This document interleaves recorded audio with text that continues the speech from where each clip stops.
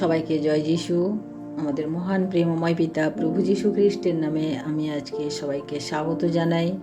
আসুন আমার ইমানুয়েল প্রার্থনা চ্যানেলে আপনাদের প্রত্যেককে আমি আজকে স্বাগত জানাই। আসুন আমরা ঈশ্বরের গৌরব মহিমা করি এবং তার বাক্য শিক্ষার মধ্য দিয়ে আজকের এই দিন শুরু করি। তাই আসুন আমরা ঈশ্বরকে ধন্যবাদ সহকারে তার বাক্য পাঠ করি। আমি আজকে পাঠ করব লুক লিখিত সুসমাচার তার 19 অধ্যায় 1 থেকে 10 পদ পর্যন্ত। এখানে আমরা শকের জীবন থেকে আমরা কিছু শিক্ষা লাভ করব। আজকে বাইবেল থেকে আমরা দেখব। তাই আসুন আমি আপনাদের জন্য এই পদগুলি আমি পাঠ করছি লুক লিখিত সুসমাচার তার 19 অধ্যায় 1 থেকে 10 পদ।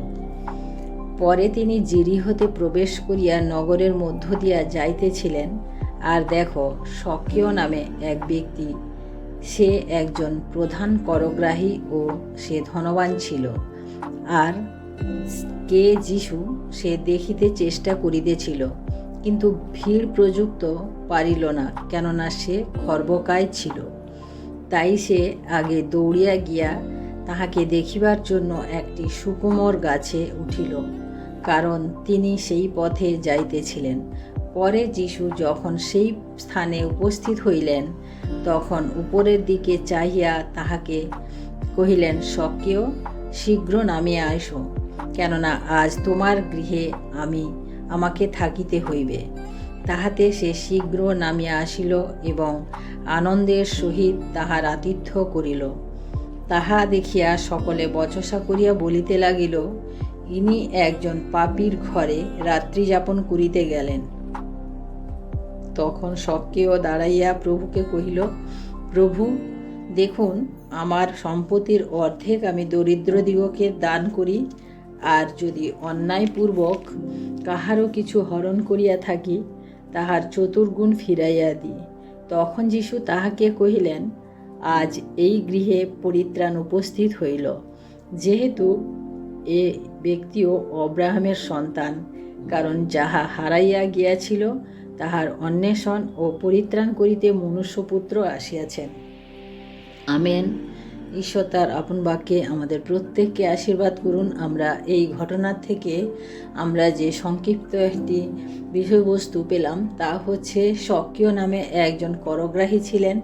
তিনি যিশুকে দেখা তার আকাঙ্ক্ষা ছিল এবং তিনি যিশুকে দেখার জন্য প্রচণ্ড ভিড়ের মধ্য দিয়ে তিনি যিশুকে কি করে দেখবেন, তার মনে একটা চিন্তা আসলো যে যিশু যেই পথ দিয়ে যাবেন সেই পথে একটি গাছের উপরে তিনি চড়ে বসলেন, এবং যিশু যখন সেই পথ দিয়ে যাচ্ছিলেন সেই গাছের নিচে তিনি থেমে দাঁড়ালেন এবং উপরের দিকে তাকিয়ে শকেয়কে নাম ধরে ডাকলেন এবং বললেন যে, তুমি নেমে এসো, আজ আমি তোমার গৃহে থাকব।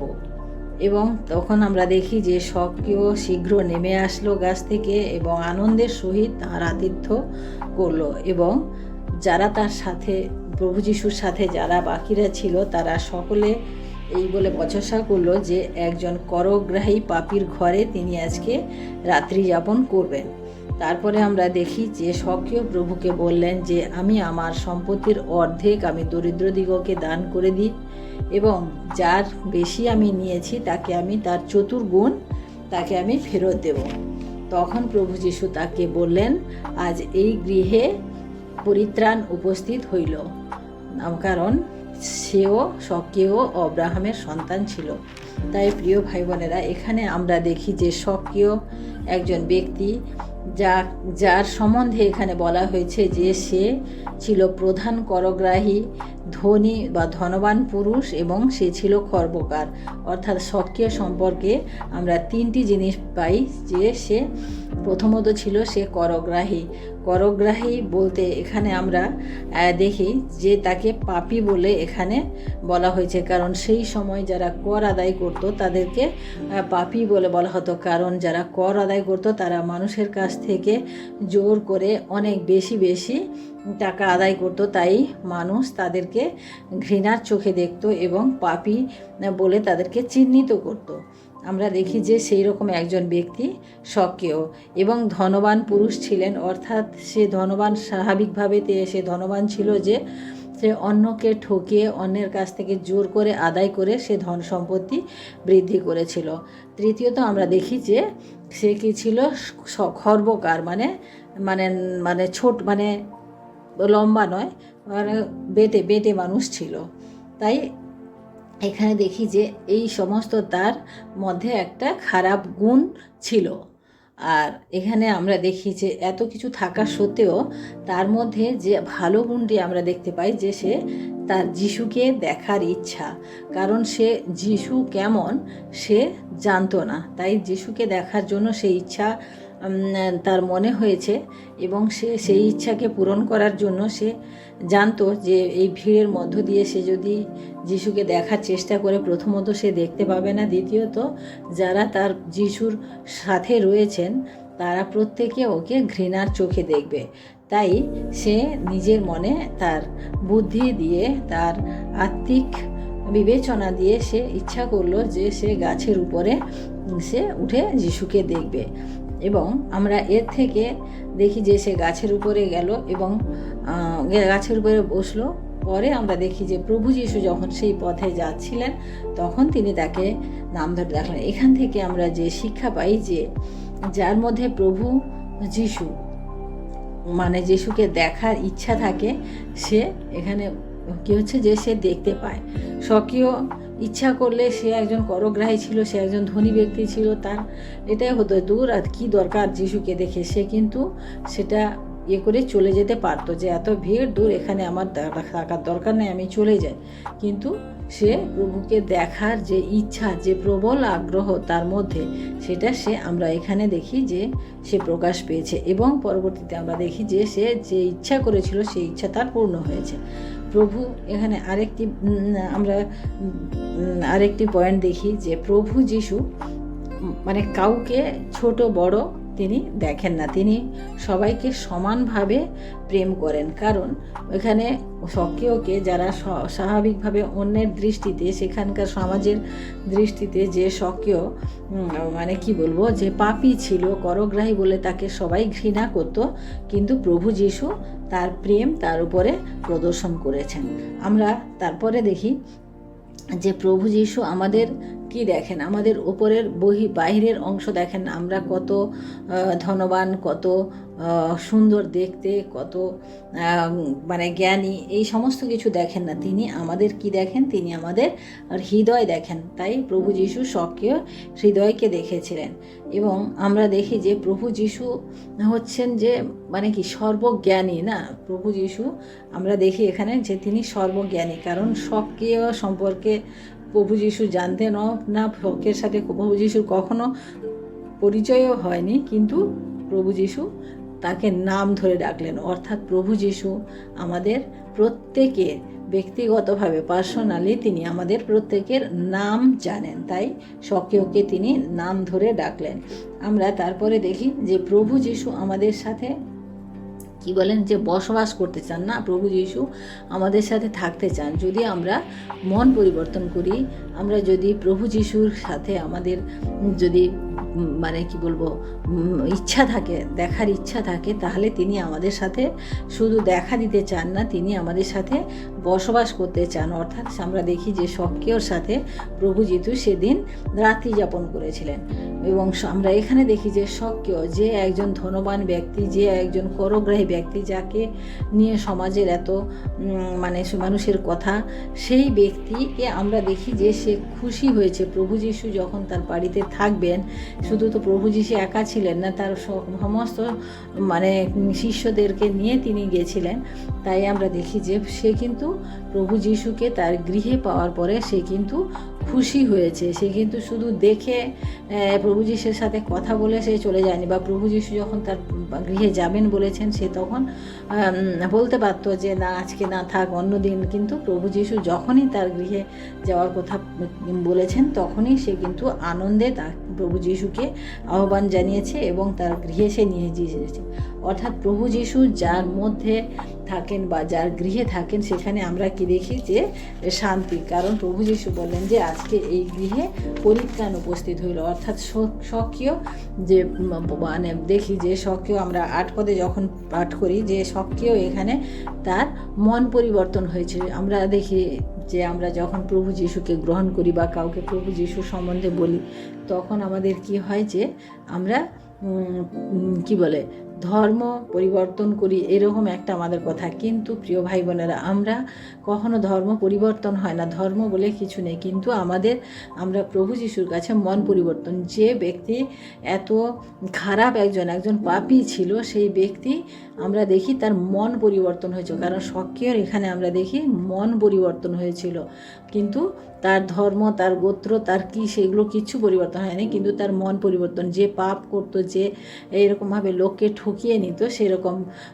সেরকম ব্যক্তির মন পরিবর্তন। অর্থাৎ আমরা দেখি যে আমাদেরও মানে মন পরিবর্তন হয়, ধর্ম পরিবর্তন হয় না। কারণ মন হচ্ছে মানে যে পাপ করছো, যে আজকে নেশা করতো, সে যদি নেশা ছেড়ে যিশুর পথে চলে আসে, বা যে ব্যভিচার করতো সে যদি সেগুলো ছেড়ে যিশুর পথে আসে, সেক্ষেত্রে তাকে ধর্ম পরিবর্তন বলা হয়। ধর্ম বলে আমাদের কোনো কিছু নেই, কারণ ধর্ম হচ্ছে নারী এবং পুরুষ হিসেবে দুইজন, কিন্তু আমাদের মন পরিবর্তন হয়।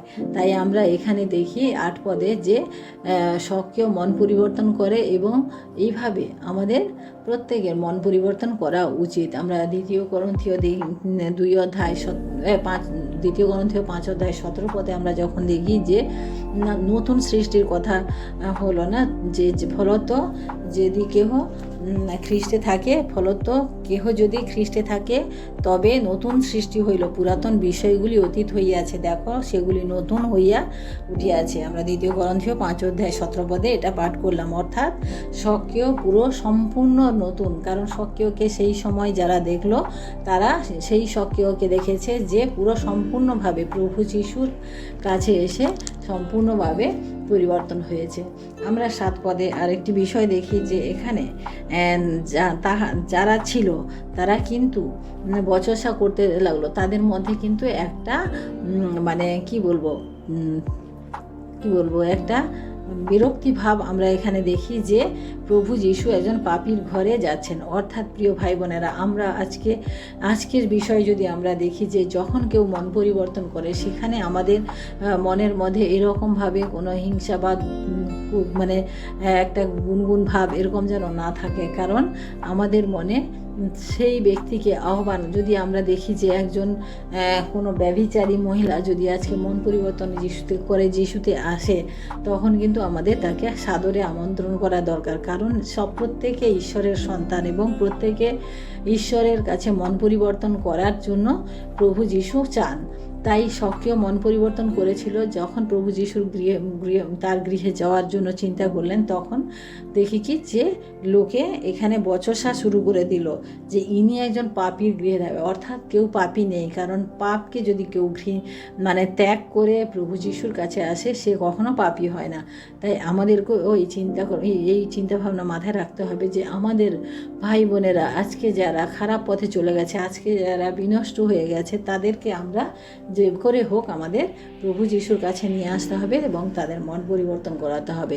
আমরা 10 পদে দেখি যে প্রভু যিশু এখানে উদ্ধারের কথা বলেছেন। এখানে যে যাহা হারাইয়া গিয়াছিল তাহার অন্বেষণ ও পরিত্রাণ করিতে মনুষ্যপুত্র আসিয়াছেন। অর্থাৎ কি হারিয়ে গেছিল? স্বকীয় মানুষটি হারিয়ে গেছিল, যে ঈশ্বর থেকে অনেক দূরে চলে গেছিল, কিন্তু আজকে সে ফিরে এসেছে। তাই আনন্দ, কারণ প্রভু যিশু এখানে বললেন যে আজ এই গৃহে পরিত্রাণ উপস্থিত হইল। অর্থাৎ স্বকীয় এখানে পরিত্রাণ পেল। আমরা প্রভু যিশুর কাছে যখন মন পরিবর্তন করি, আমরা যখন আসি, তখন আমাদের কি হয়? আমাদের পরিত্রাণ হয়, মুক্তি হয়। যে অনন্ত মুক্তির জন্য মানুষ আজকে ছুটে বেড়াচ্ছে, সেই মুক্তি আমরা দেখতে পাই। তাই প্রিয় ভাই বোনেরা, আমরা আজকে এই স্বকীয়ের জীবন থেকে আমরা যা কিছু আমরা শিক্ষা লাভ করতে পারলাম, আমরা এই বিষয়গুলি আমরা যেন নিজেদের জীবনে আমরা যেন মনে রাখি বা দেখার চেষ্টা করি। কারণ আমরা কি শিখলাম স্বকীয় জীবন থেকে? যে প্রভু প্রভু যিশুকে দেখার ইচ্ছা ছিল, শখের তার পূর্ণ হয়েছে। প্রভু যিশু উঁচু নিচু কাউকে মানে আলাদা করে দেখেন না। প্রভু যিশু আমাদের প্রত্যেকের হৃদয়কে দেখেন। প্রভু যিশু সর্বজ্ঞানী, তিনি আমাদের নাম প্রত্যেকে জানে। প্রভু যিশু আমাদের সাথে থাকতে চান এবং শখেও যে আনন্দে প্রভু যিশুকে গ্রহণ করেছিল, সেইভাবে আমাদেরকেও আনন্দে প্রভু যিশুকে গ্রহণ করতে হবে। এবং প্রভু যিশু যার মধ্যে থাকে সেখানে কি থাকে, যে অনন্ত শান্তি বিরাজমান হয়। এবং আমরা শেষে দেখি যে শখকেও মন পরিবর্তন করেছিল, এভাবে আমাদেরকেও মন পরিবর্তন করে প্রভু যিশুর কাছে আসতে হবে।